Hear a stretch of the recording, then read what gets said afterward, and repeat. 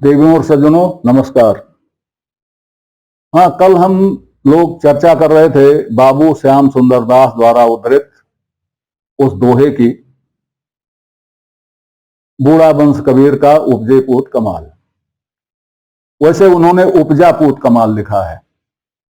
और मजे की बात यह देखिए, उनकी गंभीरता देखिए, संपादन की गंभीरता देखिए कि भूमिका में वो लिखते हैं उपजा पूत कमाल, और जब ग्रंथावली के ही परिशिष्ट में जब गुरु ग्रंथ साहिब से उदाहरण देते हैं तब उसमें वो लिखते हैं उपजो पूत कमाल। ये उपजा और उपजो में कितना फर्क पड़ जाता है। तो उपजा उन्होंने क्यों कहा भूमिका में? क्योंकि उपजा से उनको थोड़ा बल मिलता था, उपजो से बल नहीं मिलता। उपजो से कमाल बहुवचन हो जाता, पूत बहुवचन हो जाता।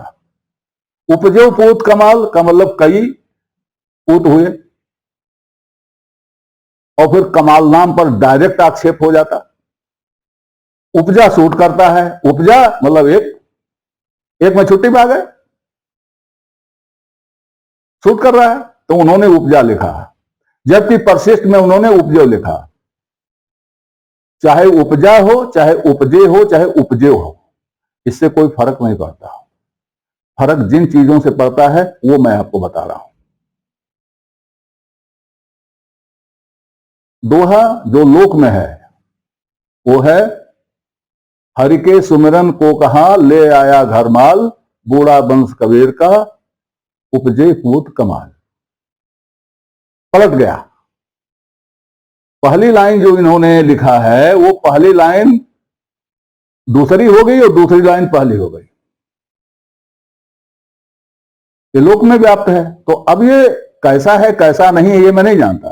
उन्होंने जो कोट किया है उसी को लेकर मैं चल रहा हूं। लेकिन अगर इसको पलट दिया जाए तो जोर, कहने वाले का जोर कहां है ये दिखाई पड़ता है।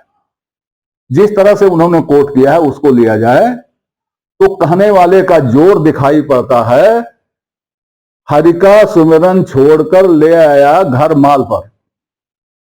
क्योंकि दोहे की विशेषता होती है कि समस्त जोर, पूरा जोर दूसरी पंक्ति पर होता है।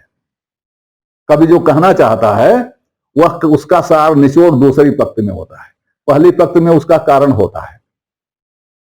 तो दूसरी पंक्ति है ले आया घर माल, तो गुरु ग्रंथ साहिब का जोर इसी पर है, ले आया घर माल पर है जोर। एक तो ये हुआ। दूसरा, ये कमाल क्या है?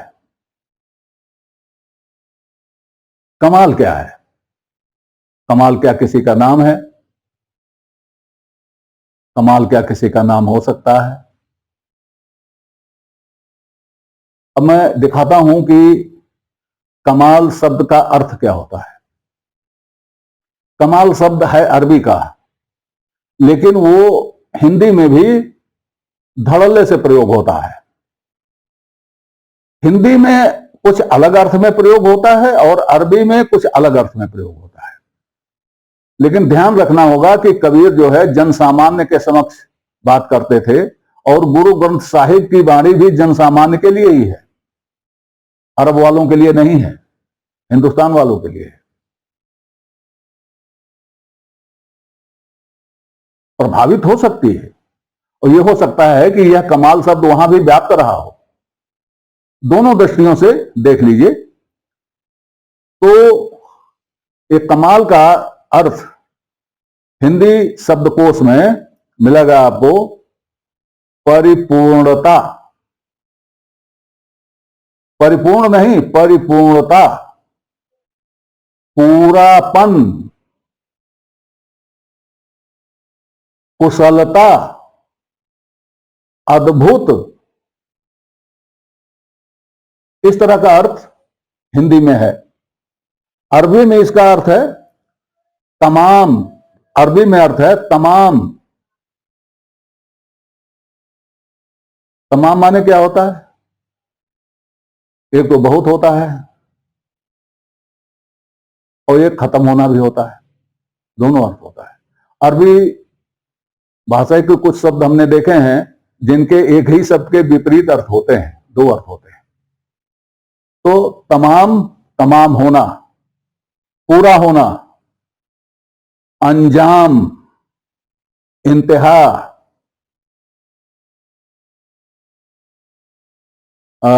बरतरी, ज्यादती, दानाई, मेहरबानी, बड़ाई, बुजुर्गी। अब इसमें से इतने सारे अर्थों में से कमाल का अर्थ लगाइए कि कमाल का अर्थ क्या होता है। और मजे की बात है, कमाल के पहले पूत लगा हुआ है। तो यह कमाल जो है पूत का विशेषण है, पूत का नाम नहीं है। कम से कम हिंदी व्याकरण तो यही कहता है। और कमाल शब्द का अर्थ जो है दोनों भाषाओं में यही कहता है, पूत कमाल, कमाल का पूत। जब तो आप फिल्मों में गाना सुनते हैं, तेरी साड़ी कमाल, तेरी जुल्फें कमाल, तब तो वहां कमाल नाम नहीं होता, तब तो वहां कमाल विशेषण होता है। तो इस दोहे ने क्या गलती करी है कि आप जो इसमें कमाल विशेषण नहीं मान रहे हो। कमाल नाम नहीं है, कमाल विशेषण है। किसका? पूत का। वह पूत जो उपजा वह कमाल का निकला, इसलिए वंश बुड़ गया। वह पूत कमाल का निकला, व्यंग है, व्यंग। ऐसा निकला, ऐसे कमाल का पूत निकला कि वंश ही डुबो दिया। क्योंकि हरि के सुमिरन को कहा था कबीर ने, और ये माल ले आया घर में। तो ऐसे पूत से वंश तो बुड़ना ही था, तो वंश बुड़ गया। लेकिन उसका नाम कमाल नहीं था, वो कबीर का पूत भी था, कबीर का पूत था वो, लेकिन उसका नाम कमाल नहीं था। अब कबीर के पूत की बात कर लेते हैं। इसमें शब्द है उपजे या उपजा या उपजो।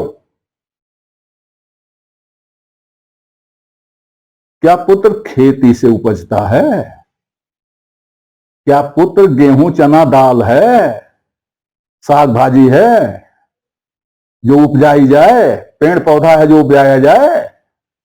अगर वो मनुष्य है तो, अगर वो पुत्र है तो क्या उपजाया जाएगा? हिंदी में, संस्कृत में जा शब्द है, जा। जा का मतलब होता है पैदा होना। जैसे सरसिज कमल, पंकज कमल, जा लगा दिया, जलज जा लगा दिया, बस पैदा होना हो गया। तो ये सरसिज कमल, ये जितना भी है जा वाले, ये डायरेक्ट पैदा हो रहे हैं। तो ये जा से इनका काम चल गया। लेकिन गेहूं चने का काम जा से नहीं चलता, इनका काम उपज से चलता है। क्यों? क्योंकि गेहूं तो पहले से ही है, चना पहले से ही है। उसको बोया जाता है, चना बोया जाता है तो क्या उपजता है? चना ही तो उपजता है। गेहूं बोया जाता है तो गेहूं तो उपजता है। तो उपज यह होती है, उपज, उपजा, उप लगा हुआ है पहले। उप का मतलब दूसरी बार, दूसरी बार या नजदीक, दोनों अर्थ होते हैं। तो जैसे होता है उपनयन, उपनयन, उपनयन के पहले नयन हो गया होता है, नयन के बाद उपनयन होता है। शब्दों को ध्यान दीजिएगा। नयन पैदा हो गया, पृथ्वी पर आ गया तो नयन हो गया। अब उसको गुरु जी के पास ले जाया गया उपनयन के लिए, फिर से पैदा करे गुरु। चौंक गए होंगे आप, फिर से पैदा करे? जी हां, फिर से पैदा करता है गुरु। बच्चा तो वैसे ही आता है नैसर्गिक, लेकिन जब वो गुरु के पास जाता है तो गुरु उसको साजता संवारता है, बनाता है। यह उसका पुनर्जन्म होता है। उपनयन संस्कार को पुनर्जन्म संस्कार कहा जा सकता है और कहा गया है। आप हमारी बात का यकीन न करें, लेकिन वेद का तो यकीन करेंगे आप। अथर्ववेद 11:3-31, 11:5-31 में क्या कहा गया है, कृपया ध्यान से सुने। आचार्य उपनयमानो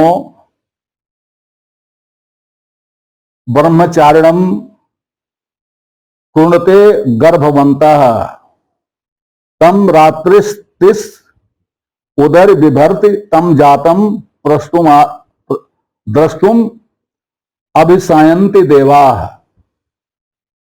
इसका अर्थ होता है कि ब्रह्मचारी को, उपनयनमान ब्रह्मचारी मतलब जब बच्चे को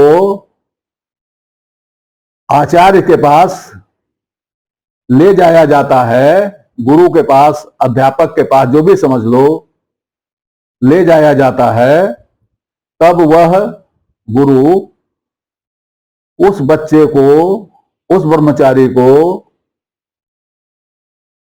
उदरस्थ कर लेता है, अपने पेट में स्थित कर लेता है, उदर में स्थित कर लेता है। देखिए प्रतीक है, उदर में नहीं रखा जाता। उदरस्थ कर लेने का मतलब कि अपने आप में उसको कर लेता है, मां की तरह। मां क्या करती है गर्भ में? गर्भ में आए हुए शिशु को भोजन पानी सब मां कराती है। उदरस्थ शिशु का सारा कल्याण, भोजन पानी सारी कुछ मां कराती है। तो गुरु आचार्य ऐसे शिष्य को उदरस्थ कर लेता है, अपनी पूरी जिम्मेदारी में ले लेता है। कितने देर तक? 3 रातों तक। ये 3 रातें क्या हैं? कहा गया ना, काल रात्रि, महारात्रि, मोहरात्रि। ये 3 रात्रियां हैं, काल रात्रि, महारात्रि, मोहरात्रि। तो इन 3 रातों तक वो अपने उदर में रखता है। मतलब वो इन 3 रातों के मोह को, 3 रातों के कष्ट को दूर कर देता है। 3 रातों के कष्ट उसके पास से खत्म हो जाते हैं। फिर जब वो उसे बाहर निकालता है, तब उसके दर्शन के लिए देवता आते हैं। ऐसे शिष्य के दर्शन के लिए देवता आते हैं। अब बताइए, ऐसा ब्रह्मचारी जो उपनयन के लिए ले जाया गया ब्रह्मचारी आचार्य के पास, आचार्य ने जब उसको प्रकट किया, तब क्या उसका पुनर्जन्म नहीं हुआ? और उस पुनर्जन्म के समय, पुनर्जन्म के बाद क्या आचार्य प्रकारांतर से इस शिष्य का पिता नहीं हुआ? और क्या वह शिष्य उस आचार्य का बेटा नहीं हुआ? गृहस्थ का पुत्र उसका पुत्र होता है और संत का पुत्र उसका शिष्य होता है। क्योंकि सन्यास लेते समय सन्यासी अपना घर परिवार रिश्ता नाता सब छोड़ देता है। उसका केवल एक रिश्ता रहता है अपने आचार्य से, अपने गुरु से, जो पिता तुल्य होता है। दूसरे शिष्य उसके भाई तुल्य होते हैं। गुरु का गुरु उसके बाबा तुल्य होता है। मतलब सारे रिश्ते वहीं हो जाते हैं, बाकी गृहस्थी के रिश्ते खत्म हो जाते हैं। तो ऐसे सन्यासी का पुत्र भी होता है। जब वो किसी को शिष्य बनाएगा तो वो शिष्य उसका पुत्र होगा। तो 2 चीजें हुई, उपजना और पुत्र, दोनों इसमें साफ हो गए। उपजो पूत, कमाल। तो ये जिस पुत्र की बात हो रही है, उपजा या उपजो, जिस पुत्र की बात हो रही है, वह पुत्र उपजा पुत्र है, पुनः पैदा हुआ पुत्र है, ले जाया गया, पैदा होने के लिए ले जाया गया पुत्र है, या पुत्र हैं। अगर आप उपजो कहते हो तो पुत्र हैं, और ये पुत्र कमाल के हुए, उनके नाते कबीर का वंश डूब गया। ये कबीर नहीं कह रहे हैं, यह कोई और कह रहा है। वह कह रहा है जो कबीर और कबीर पंथ के प्रति संवेदनशील है, और यह वाणी गुरु ग्रंथ साहिब में है, इसलिए यह सिख पंथ कह रहा है। ये सिख के गुरु कह रहे हैं, सिख पंथ के गुरु कह रहे हैं। और सिख पंथ के गुरु कोई भी बात बिना ठोके बजाए नहीं करते। गुरु ग्रंथ साहिब में कोई वाणी ऐसे ही नहीं आ जाती।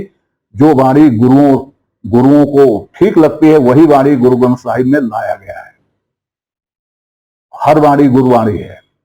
ऐसे में इस वाणी को दरकिनार करना ठीक नहीं है, इसकी व्याख्या ठीक से करना चाहिए, और यही विद्वानों ने गलती की है।